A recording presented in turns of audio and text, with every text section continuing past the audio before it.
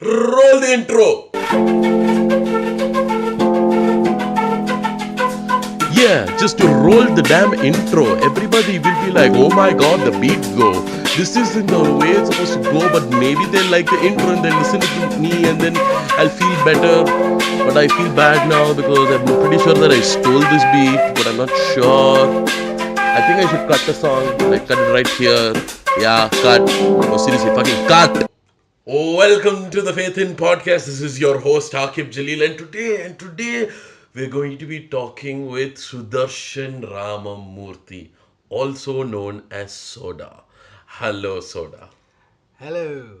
So, a couple of things that you need to know about Soda. Soda has been my friend for close to 2 years at two least. years now, and the way we met, actually, he tells it best. How did we meet, Soda? So we met at this open mic where basically I think since I had started open micing, Aaquib was the largest performer that I had seen on stage, and he has the energy of a fit person. That oh, Yeah. so sweet. Yeah. So then after that, I don't know. I think I was standing around, and then I asked you if it's your first time, and then we started talking, and then unfortunately, that just kept going on and on and on. Yeah. So the cool thing about me and Soda doing comedy has been that every time I would ask him and keep talking to him about quitting comedy, and he'll just be like, "Go now, just do a bit, do something and go now," and I will kill, or I'll have a really good show, and then he'll just stand there, look at me, and be like, "Yeah, bitch." Yeah. I am the restorer of faith in Yeah. Aaquib. Faith in podcast, guys. Eh, Yes. this is why I wanted this fucker on the podcast. Lies, all lies. But yeah, okay. So I've spoken to you about what the Faith in podcast is about. It is I really just want to talk a lot about comedy and why. Right. And the premise for this podcast initially when I called you. He's just giving me a look going, yeah, bitch. Tell no. No, so I mean, I'll be honest to the listeners. I don't mean this in any bad way. I did try to listen to the podcast, and I think I got about halfway through the first one, and then I realized that I've been listening to this guy talk for free for too long for me to be able to only listen to his voice on the internet.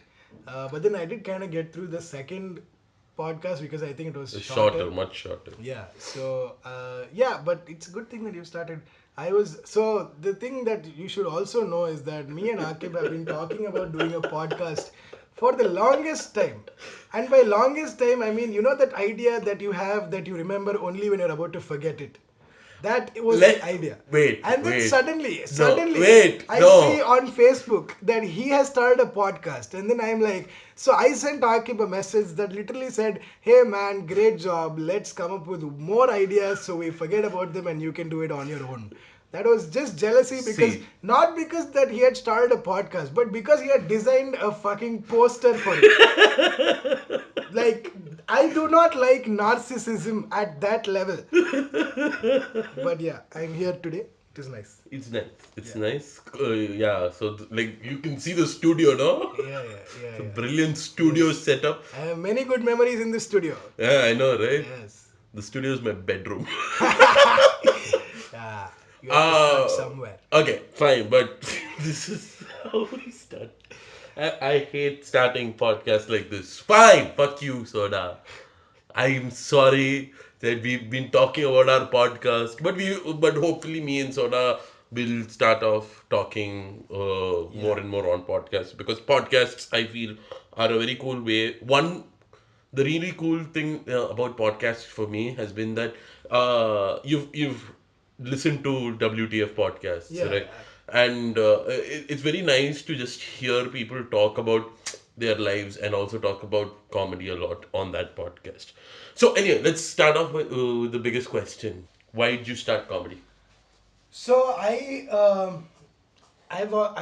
started with being a writer, and what happened was I was this guy who would go to workshops. So there was this ad kind of thing that I saw. Such That a stupid story. I told you it was a fuck all story. I used that adjective adverb fuck all. Such a If stupid you are going to story. still expect something out of fuck all, then you should be a Rohit Shetty fan. Okay, fine, fair enough. So, so there was this workshop that just basically said comedy writing workshop. No, those guys like the BBC Burma Bazaar conspiracy guys, they had some brain over there because if they had said stand up comedy, you wouldn't have given a fuck. But they said comedy writing. So the writer inside me was like, yay, okay, if I want to write funny stuff. Like even then, I never thought of doing it on stage. I was just like, if I write funny stuff, I need to know how to write funny stuff. $300 I paid, and I tried to drag one more friend along who ditched in the last minute. So I went and I went. It was in the Ashwita in Basan Nagar.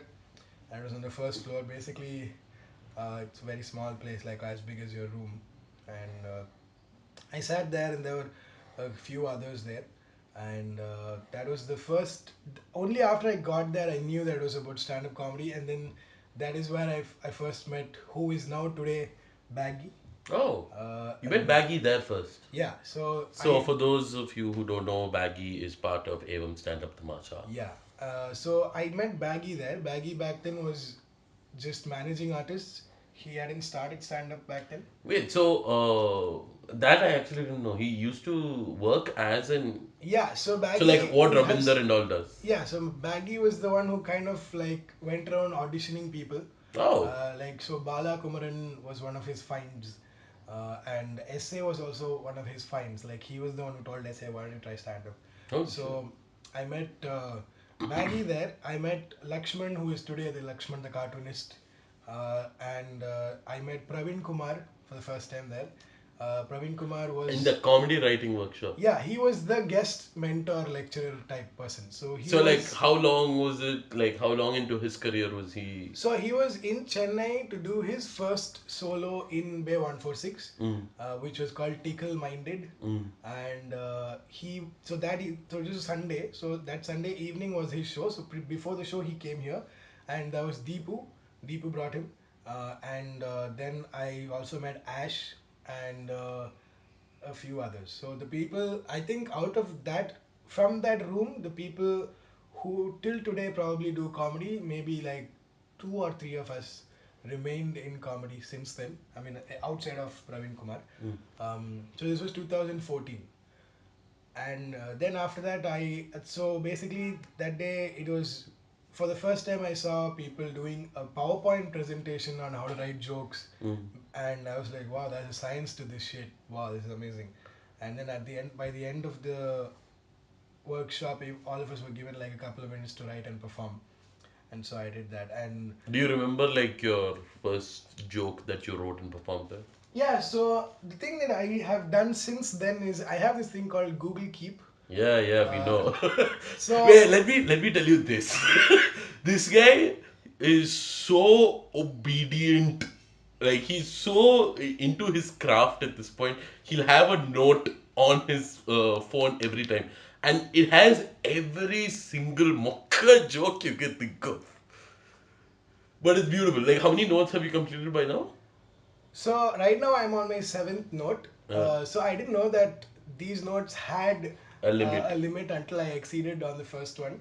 I actually still do have the note that I used for the workshop. I have a couple of pictures from that workshop of the PowerPoint, and I so that day what we were talking about is we were talking about what are the what exactly is a joke, like what is the setup, what is the punch, and what are all the things that you put inside a joke, and then pro tips like frame a story around the joke, have a seamless flow, and you should have a good transition, good beginning, good closure, and best joke should be the last one to crack, and all of that.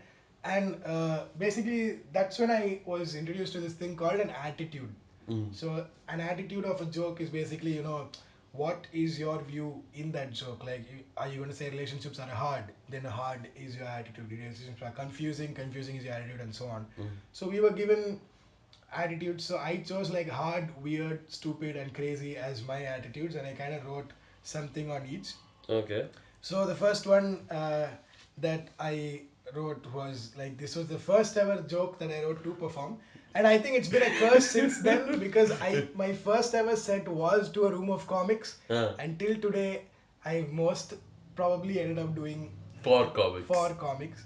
Uh, So the first thing that I had written was, it's hard being in a relationship. That's what she said in brackets.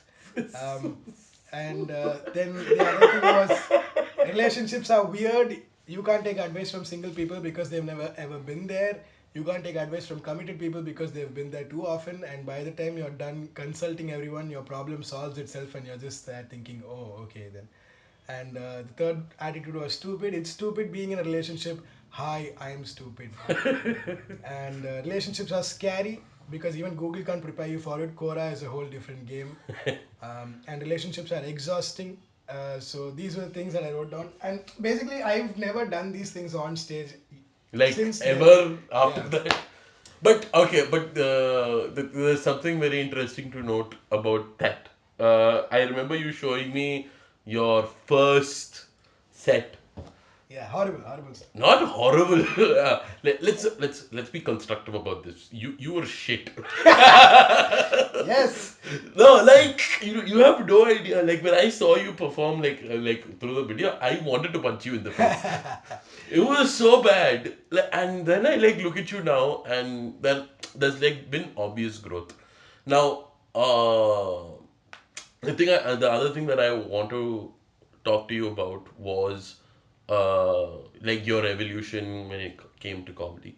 I've always known you as the guy who can crack a good pun. Like fresh lime soda at this point is Right. something that people know. Yeah, yeah. And there's even a video of you doing a take five where it was just Yeah, puns. yeah. And That was an opportunity that I believe I grabbed. So I was in Bangalore for that day, and I was asking Kritarth from Bangalore, and I was also talking to Praveen Kumar, and they were like, yeah, so you'll get 5 minutes on stage, and then they said it is a concept night, and they told me the concept is one-liners. I was like, cool, and then I was told that the concept is puns. And they were like, if you want, you can do the concept or you can do your regular stuff. I'm like, no, I am never going to get this license again. I will come prepared with 5 minutes of puns. And it was great. it was great for him. No, actually, it was also great because like there was an audience who was reacting to puns the entire night. I guess because of but no, that was like one of your better sets. I Yeah, felt like yeah. through punt. But it's interesting to see what you're going through now because obviously there have been some obvious personal stuff that's going in your life. I know, which I know about, and I see that it's like slowly ebbing into your set.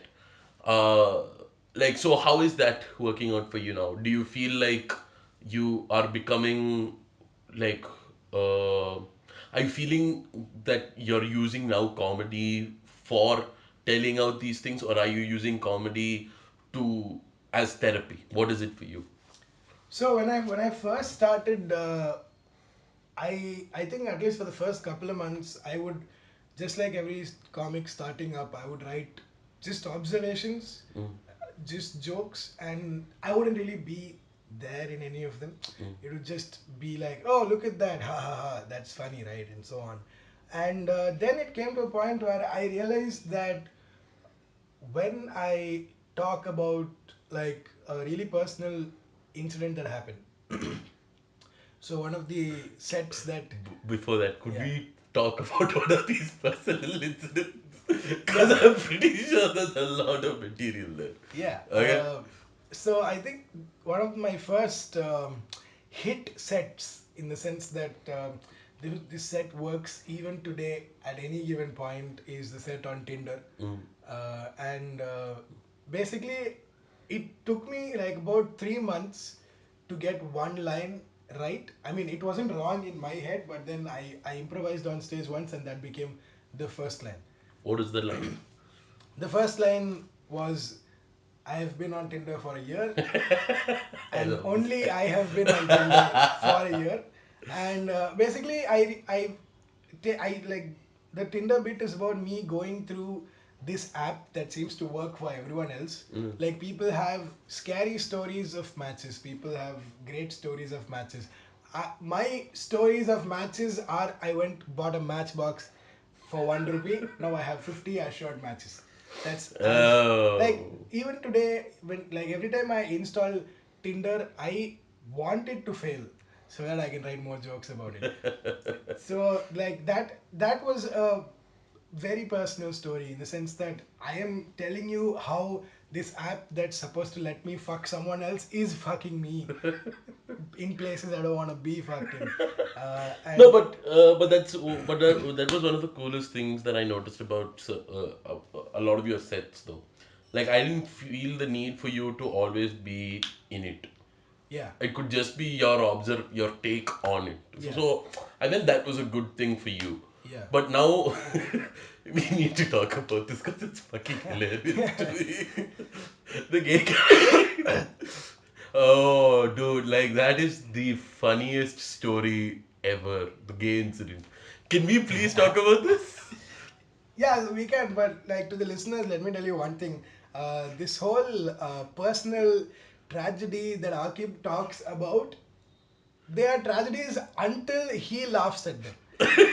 Like I don't take it to stage until I am telling Akib something that seriously went down, that made me doubt myself, like my existence, my choices in life.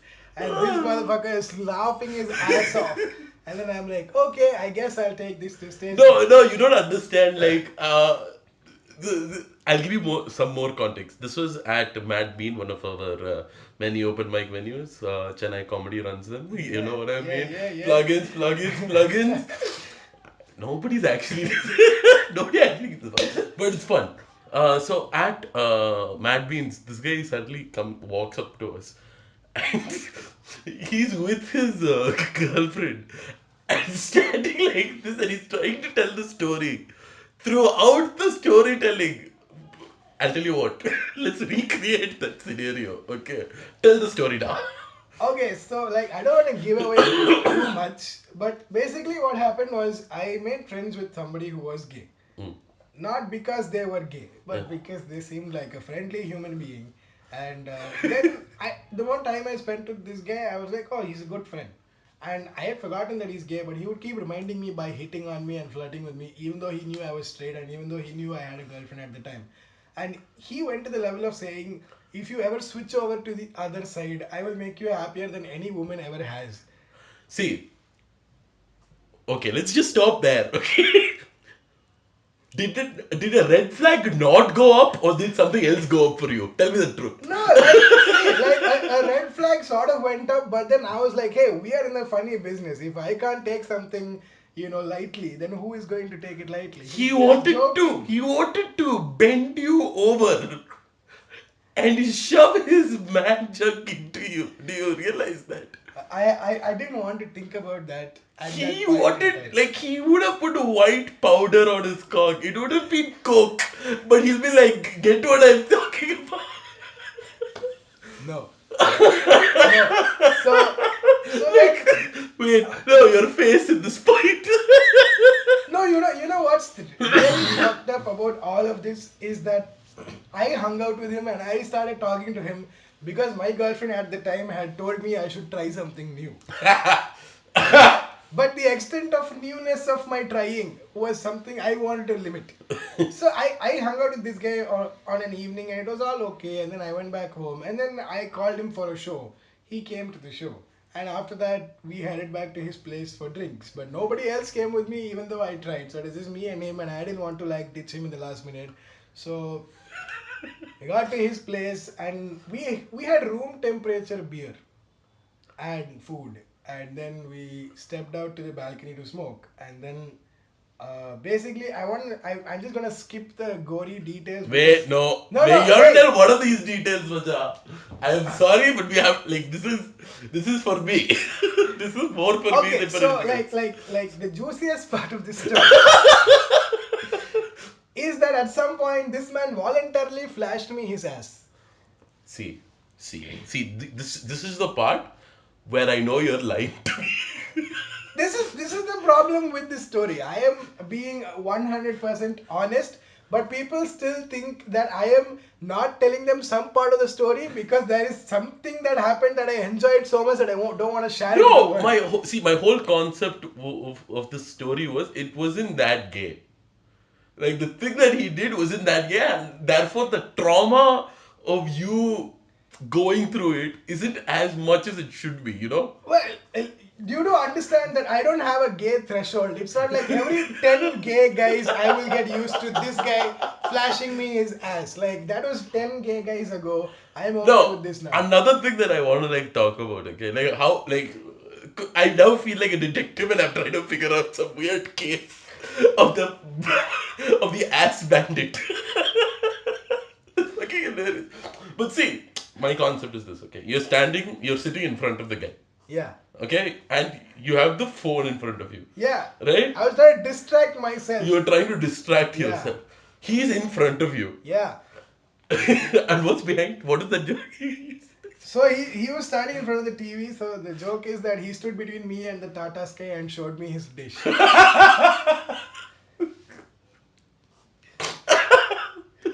In high definition. I fucking love this story, dude. It's That's such a fun because story. you Such a want fun- there to be more. To There the is story, probably but more, there and you is just don't want to nothing talk. more. Wait, okay. Let's go back to that scene, man. I have gone back there enough times. I know. Fuck you.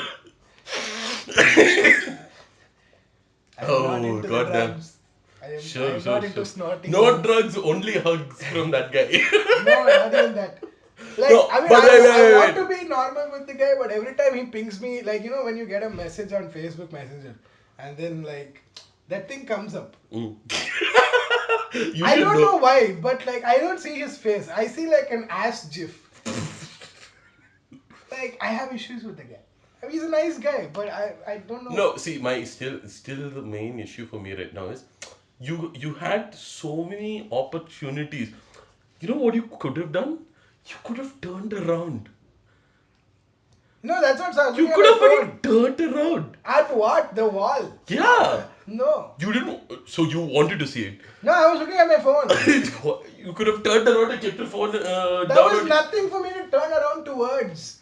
I didn't want to be rude. What? I was trying to No, be nice. and can I tell you something? If somebody's changing, you know what the nicest thing you can do is? Turn around. I didn't know he was changing until he did. See, if I were to make a poll right now about whether what happened. Nice. So we're talking about a gay incident that I don't want to talk about, and he wants to make a poll. Very nice, Aaquib. Good segue. Oh God, I love this. This is the best podcast ever.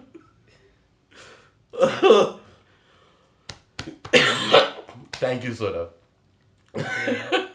Sure, for your entertainment, I'll be a little gay. Fuck you. Not that gay, guys. Not that gay, guys. Just a little. Just a little bit. A wee little guy. Yeah. So, you know, the funny thing is, when I was on Tinder used to suggest guys to me, even if my preference was girls. I think my life has come full circle. But, see. I'm sorry. I have to stop the podcast now. I just laugh at you. No, but. Okay. Let's move on. Yeah. Sure. Okay? Sure, Aaquib. Let us move on. Enthusiastically. Enthusiastically, Yes. let's move on. Dude, you've had a very interesting life. But I have to agree, man. That's some interesting stuff that happened to you. But now the main questions that I want to ask you, apart from like your evolution of comedy and your face right now, you're thinking back, aren't you? No, I'm not. Ass everywhere, ass here, ass there, ass over here. As you were saying. It's a Freudian slip, I say. Freudian slip. I do his dick. I am not gay, it's Freud, guys. It's Freud, guys. Wait, what is the joke that Sanjay was telling you? That Yeah, was so brilliant. like, I don't know why But like we were talking with Sanjay Makala, someone brought this up, and then I was telling him the story, and Sanjay was like, "Yeah, I know. Like the guy gets on top of you, and then he's about to kiss you, and you're like, what the fuck, man? I thought you were just giving me a blowjob." Yeah. Okay. Okay. I don't know why I wanted you to tell that story, but more than anything, I just would love. I think it's because like I am the straightest person you know, and the fact that a gay incident happened to me is very interesting to you. See, you're not the straightest person I know anymore. Hey, I was straight on my part. No, what balls? Yeah. You What were balls? basically. I don't want to tell you what balls. No. Oh, see, there's something has happened. Something more has happened. Anyway, let's fuck all of that. Sure, that's what he said.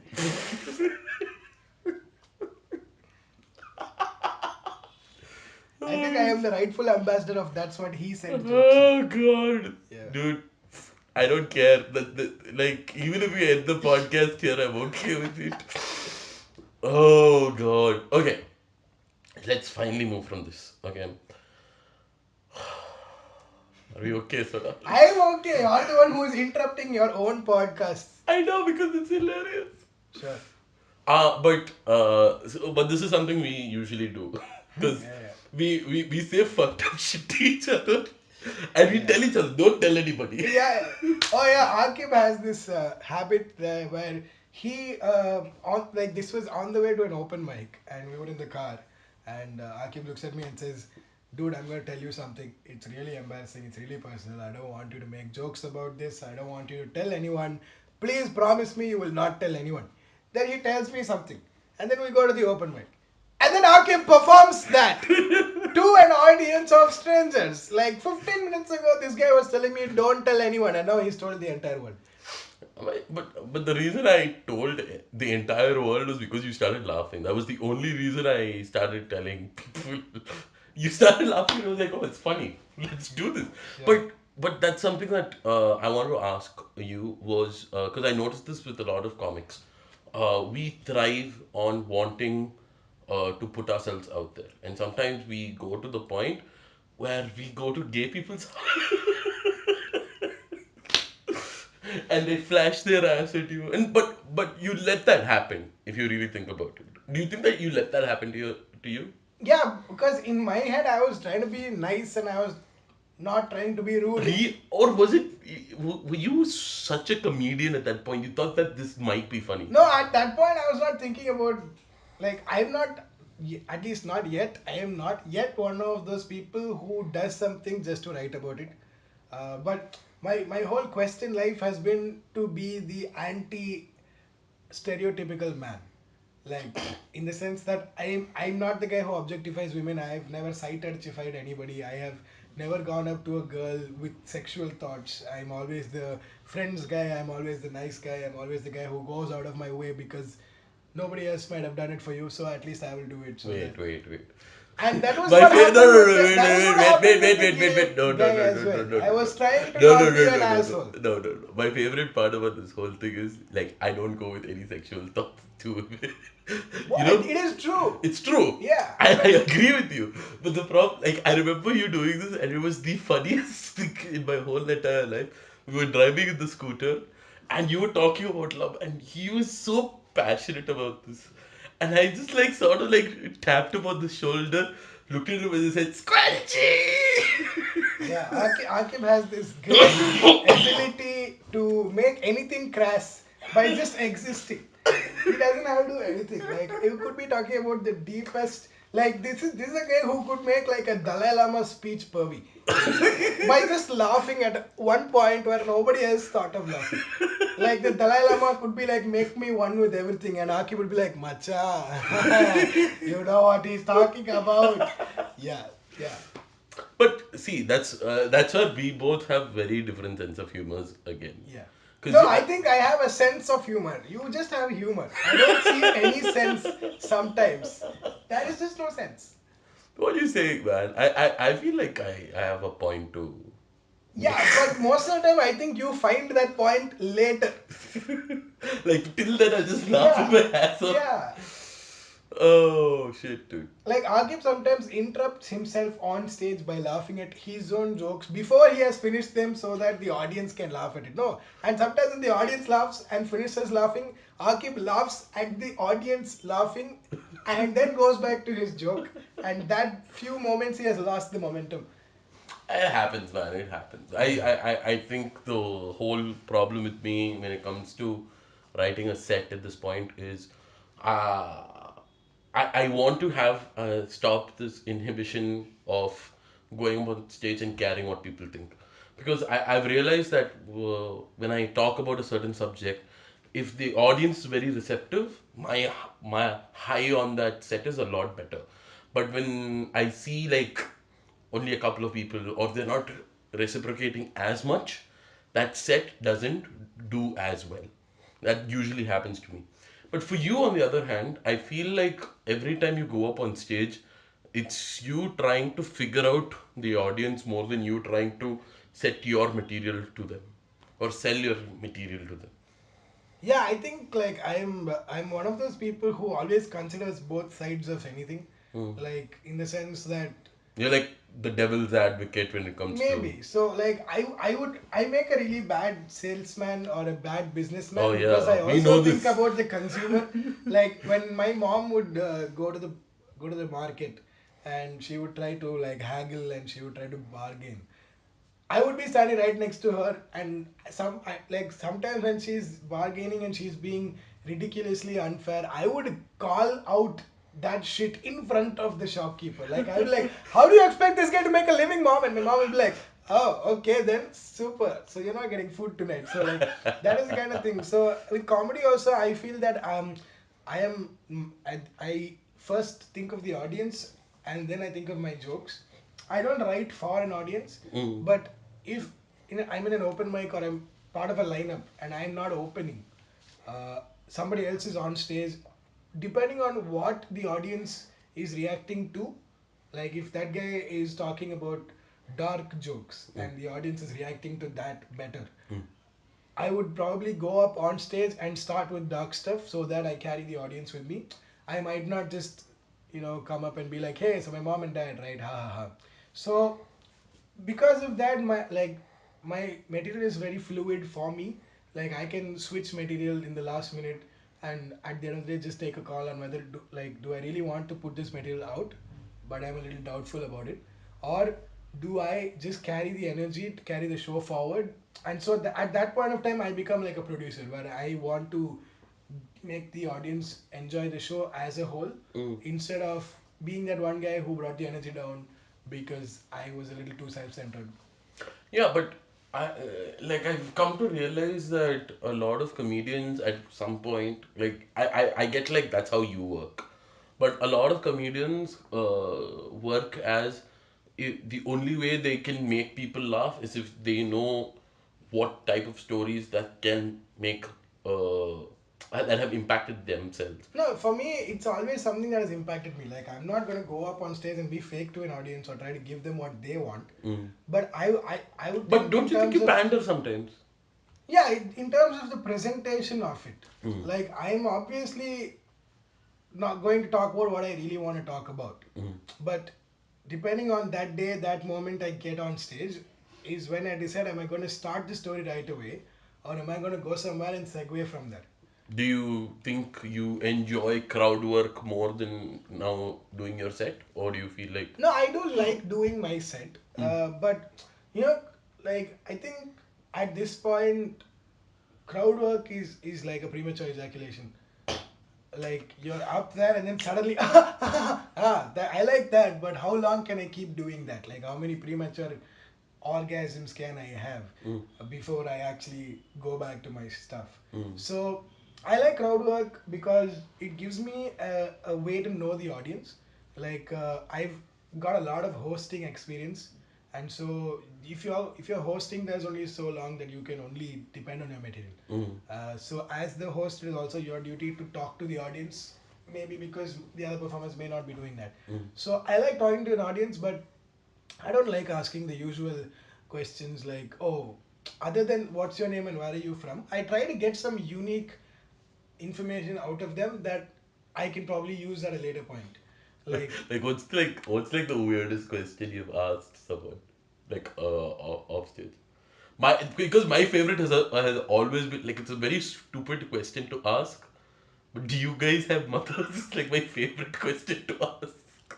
no, I think I don't. I haven't really had a weird question that I have asked, but I think like in the recent past, the one time that I did very little crowd interaction, but it ended up like killing was when I was performing in Bangalore. I was doing this like 10-minute spot there, and in the front there was this lady, there was this guy with her, and she had a kid, and the kid was like basically he didn't want to be there, and so he was like just doing stuff like where he was sitting, and so I started out. I assumed that they were both together and that was their child.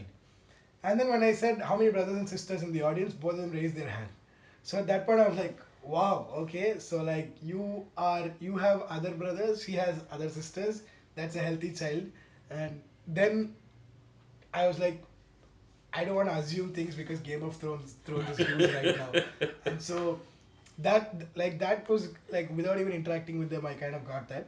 But there was this one thing that Sanjay Manaktala told me, which is an audience callback.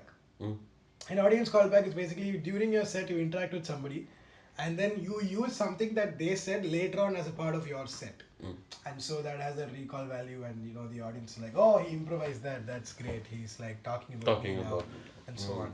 So crowd work, in for me, crowd work is just basically switching the attention to the audience once in a while, because at the end of the day they are there to give you attention, but you got to give some back also. Attention back. It's very cool. Anyway, we've spoken close to 31 minutes, man.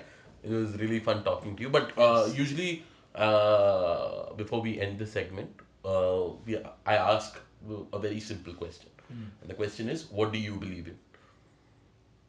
What is your faith? What is my faith? What do you See, I believe hate these really open questions. I need some filters. Like, what do you believe in? Like, in? Okay, like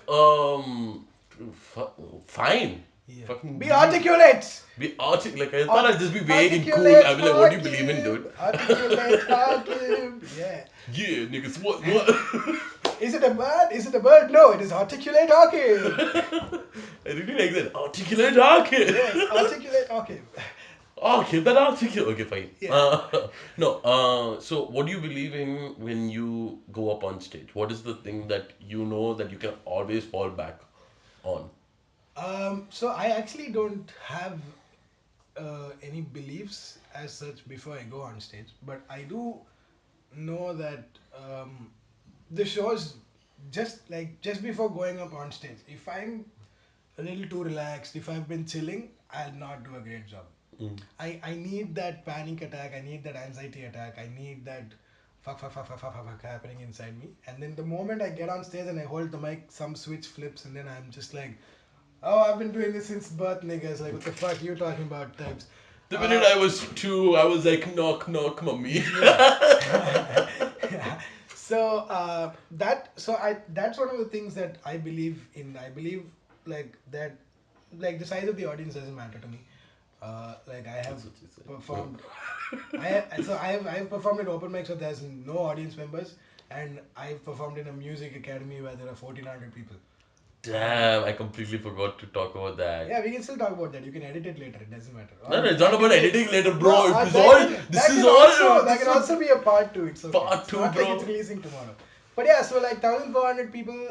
Okay. Um, So this part we'll talk about in another yeah, podcast as well. yeah, But this is for a completely. That's a whole different conversation, man. So that we should talk about yeah. some other time. Sure. Okay. Yes. So what? So basically, what you believe in is. I think the nervousness and fear and uncertainty is what drives life for me. Mhm. The minute I am really sure about something, I'm gonna get fucked in the ass. Like I was really sure that that was this man who was being friendly to me, but guess what? No. What And the fuck, man? I bought you a podcast. Please don't be an ass. what? Which friendly guy are you talking about now? I don't know, like the guy that you seem to, the episode that you like so much that happened to me. But I was, so that is one thing that I have realized where I like going up on stage. I think I like going up on stage at my most uncomfortable point where like just before the I'm if it's an open mic or if it's a show, whatever it is, before I go on, I'm gonna be pacing around, I'm gonna be doing push-ups, I'm gonna be like the most fitness freak ever. It's not like I'm not doing it to lose weight, I'm just trying to channel my energy away. And I that's what I believe in. I believe at the end of the day that it doesn't matter if I kill, it doesn't matter if I bomb, but when I get off stage, that satisfaction that I did what I wanted to do, not in a pompous way, but like this is the effect that I wanted to have on myself. Because at the end of the day, it doesn't matter if I kill, but if I have killed with jokes that I don't believe in, with emotions that I manufactured, and I was doing it as a third person to myself, then I'm not being fair to the trade. So at the end of the day, any show that I have done, at the end of the day, when I've come on and off stage, I feel that okay, some amount of me was sincere to the stage, and I wasn't there because I had nothing else to do. So stand up for me has never been, oh, there's nothing else to do, so might as well do this. So it's there is no like there is no valuing stand up. Stand up is stand up. It is not better than anything. It is not worse than anything. And for me, it's never about stand up has never been a choice or an option. So like I mean it's like a sexual orientation, right? Like people think that you have a choice, but you don't. That's just how you are built, and that's what you believe in. I love So how you ended it on that note. yeah, so that so my faith is always in the environment that I'm in rather than myself.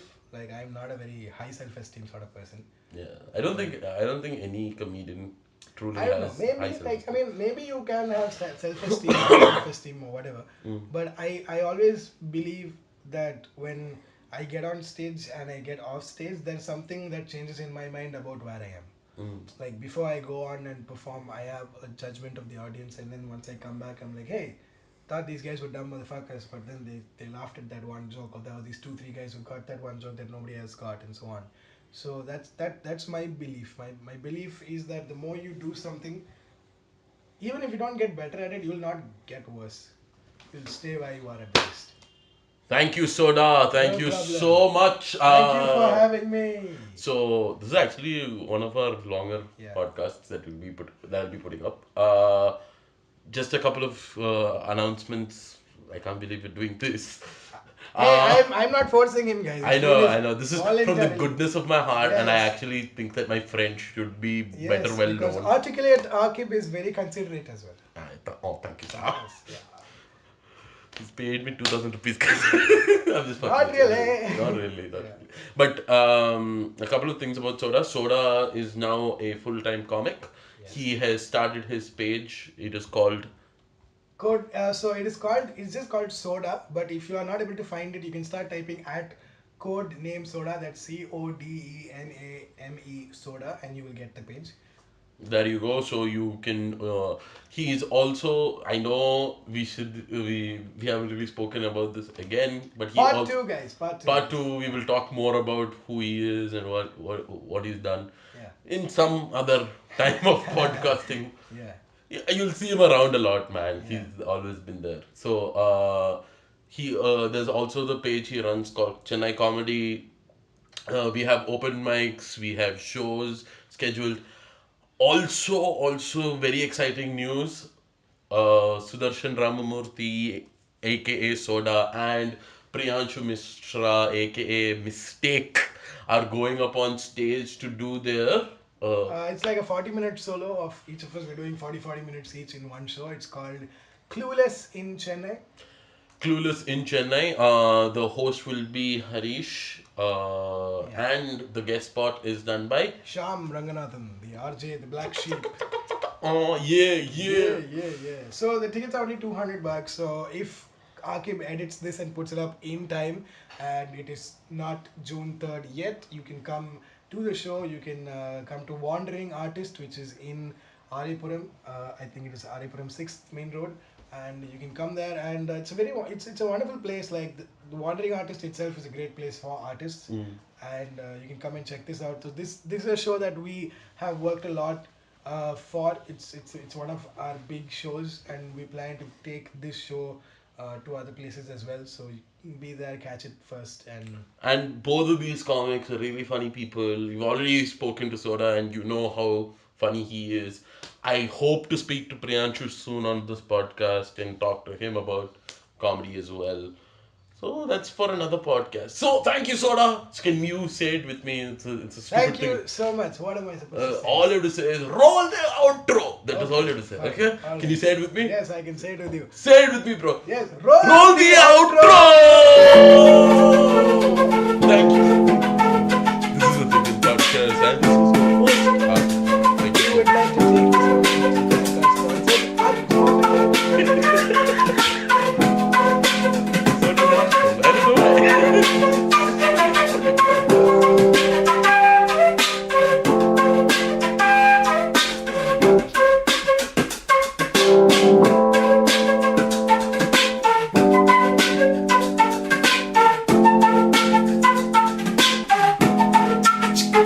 thank